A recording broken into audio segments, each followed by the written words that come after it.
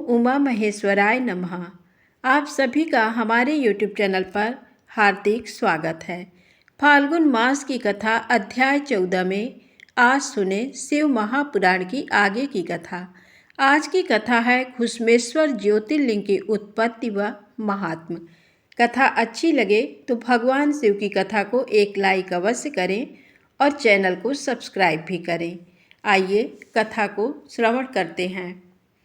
सूत जी बोले, हे महर्षियों, दक्षिण दिशा में देव नामक एक विशाल अद्भुत पर्वत है।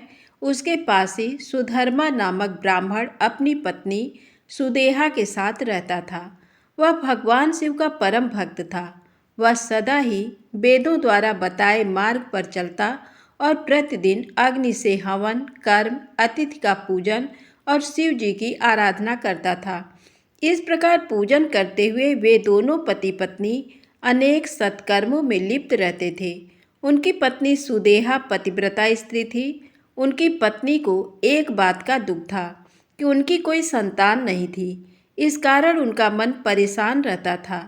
जब भी सुदेहा अपने पति से इस विषय में कहती तो वह उन्हें समझाते कि पुत्र प्राप्ति से क्या लाभ है। आजकल सभी रिश्ते नाते स्वार्थी हो गए हैं, परंतु फिर भी वे सदा दुखी रहती थी।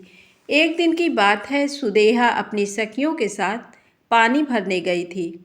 वहीं पर उनका परस्पर झगड़ा हो गया और तब उनकी सहेलियों ने उसे बांझ कहकर अपमानित करना शुरू कर दिया। वे बोली, तू बांझ होकर इतना घमंड क्यों करती है? तेरा सारा धन तो राजा के पास ही चला जाएगा, क्योंकि तेरा कोई पुत्र तो है नहीं। दुखी मन से सुदेहा घर लौट आई। उसने सारी बातें अपने पति को बताई। उन्होंने अपनी पत्नी को बहुत समझाया, परंतु वह कुछ भी मानने को तैयार नहीं थी। तब उन ब्राह्मण देवता ने मन में भगवान शिव का ध्यान करते हुए 2 फूल अग्नि की तरफ उछाले और सुदेहा से एक फूल चुनने के लिए कहा। उनकी पत्नी ने गलत फूल चुन लिया। उन्होंने अपनी पत्नी को समझाया, तुम्हारे भाग्य में पुत्र नहीं है, इसलिए अब अपनी इच्छा त्याग दो और शिव जी के पूजन में लग जाओ। अपने पति सुधर्मा की बातों का सुदेहा पर कोई प्रभाव नहीं पड़ा और वह उनसे इस प्रकार बोली, हे प्राणनाथ, यदि आपको मेरे गर्भ से पुत्र प्राप्त नहीं हो सकता तो आप दूसरा विवाह कर लीजिए। परंतु सुधर्मा ने विवाह से इनकार कर दिया। तब सुदेहा अपनी छोटी बहन घुश्मा को अपने घर ले आई और अपने पति से प्रार्थना करने लगी कि वे उससे विवाह कर लें। सुधर्मा ने उसे समझाते हुए कहा, यदि मैंने इससे विवाह कर लिया और इससे पुत्र हो भी गया तो भी तुम दोनों बहनें सौतन बन जाने पर एक दूसरे का विरोध करोगी और मेरे घर में झगड़ा होता रहेगा। तब सुदेहा बोली, हे प्राणनाथ, भला मैं अपनी बहन का विरोध क्यों करूँगी? आप चिंता त्याग दें और घुश्मा से विवाह कर लें। अपनी पत्नी की प्रार्थना मानकर सुधर्मा ने घुश्मा से विवाह कर लिया। विवाह के पश्चात सुधर्मा ने सुदेहा और घुश्मा से मिलजुल कर रहने एवं आपस में एक दूसरे की बात मानने के लिए कहा। फिर घुश्मा अपने पति सुधर्मा के साथ प्रतिदिन 101 शिव पार्थिव लिंगों का खोजसोपचार से पूजन करके तालाब में उनका विसर्जन कर देती। इस प्रकार जब उसने 1 लाख पार्थिव लिंगों का पूजन पूर्ण कर लिया तो शिव जी की कृपा से उसे परम सुंदर गुणवान पुत्र की प्राप्ति हुई। पुत्र पाकर घुश्मा और सुधर्मा बहुत प्रसन्न हुए, परंतु सुदेहा को अपनी बहन से जलन होने लगी। सूत जी बोले, हे मुनिगणों, सुदेहा अपनी छोटी बहन घुश्मा से बहुत ईर्ष्या करती थी। उसके पुत्र के प्रति भी उसका व्यवहार बुरा था। धीरे धीरे घुश्मा का पुत्र बड़ा हो गया। उसे विवाह योग्य जानकर ब्राह्मण सुधर्मा ने उसका विवाह एक योग्य कन्या से करा दिया। इससे सुदेहा की ईर्ष्या और अधिक बढ़ गई। उसने निश्चय किया कि जब तक घुश्मा के पुत्र की मृत्यु न होगी तब तक मेरा दुख कम नहीं होगा। अपनी खोई प्रतिष्ठा और घुश्मा को सबक सिखाने का निश्चय सुदेहा ने कर लिया। एक रात सब प्राणियों के सो जाने के बाद सुदेहा ने घुश्मा के सोते हुए पुत्र की हत्या कर दी। फिर उसके छोटे छोटे टुकड़े उसी तालाब में बहा आई जहाँ घुश्मा प्रतिदिन शिव पार्थिव लिंग का पूजन के उपरांत विसर्जन करती थी। घर आकर सुदेहा आराम से सो गई। प्रातःकाल उठकर सुधर्मा भगवान शिव का पूजन करने चले गए। सुदेहा और घुसमा भी अपने अपने काम में लग गईं। जब घुसमा की पुत्र वधू ने अपने पति की चारपाई पर खून और शरीर के अंगों के टुकड़े देखे तो वह अत्यंत व्याकुल हो गई और उसने अपनी सास को सूचित किया।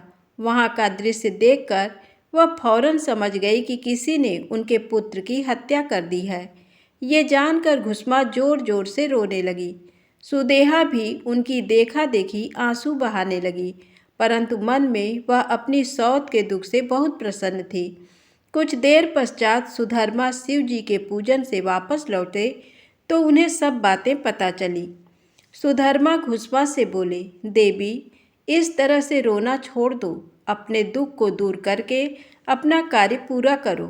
भगवान शिव ने ही हमें कृपा करके पुत्र प्रदान किया था और वही उसकी रक्षा करेंगे, इसलिए तुम रोना छोड़ो और अपना नित्य कर्म करो। तब पति की आज्ञा मानकर देवी घुसमा ने शिव जी के पार्थिव लिंगों का पूजन किया और उन्हें बहाने के लिए तालाब पर गईं।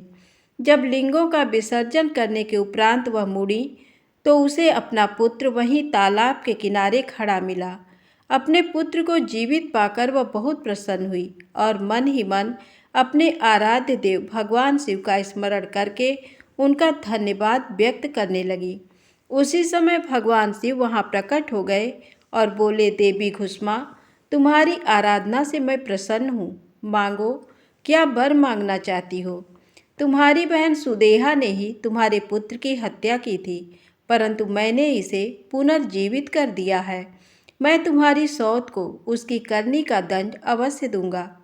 भगवान शिव के वचन सुनकर देवी घुसमा बोली, हे नाथ, सुदेहा मेरी बड़ी बहन है, इसलिए आप उनका अहित ना करें। तब शिव जी बोले, तुम्हारी सौत ने तुम्हारे पुत्र को मारा, फिर भी तुम उसको दंड नहीं देना चाहती हो। ये सुनकर घुसमा ने कहा, हे देवाधिदेव, अपकार करने वालों पर भी उपकार करना चाहिए। ये मैंने भगवद वाक्य पढ़ा है और मैं यही मानती हूँ, अतः आप सुदेहा को क्षमा कर दें। तब घुसमा की बात सुनकर शिव जी बोले, ठीक है, जैसा तुम चाहती हो वैसा ही होगा। तुम और कोई वर मांगो। ये सुनकर घुसमा बोली, हे प्रभु, आप इस जगत का हित व कल्याण करने हेतु यहीं निवास करें।